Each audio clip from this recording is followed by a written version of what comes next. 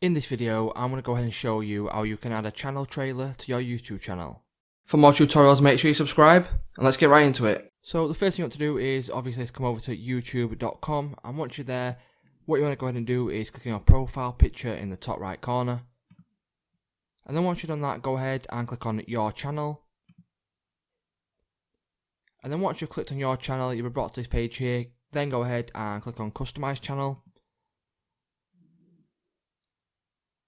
And then once it's loaded up, what you'll be brought to is this page here, channel trailer for people who haven't subscribed. So if you want to go ahead and add a video which automatically plays when a person comes to your channel who's not subscribed, go ahead then and click on add.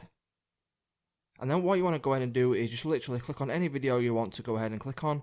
So I'll go ahead now and I'll choose this one here, which is quite a popular video of mine. So that's going to be a channel trailer for my channel now. So if you go ahead now and click on publish, it will go ahead and it will make your video your channel trailer. So it's just that simple, guys. If this video does help you out, please don't leave a like, comment, subscribe to the channel, and I'll see you in the next one.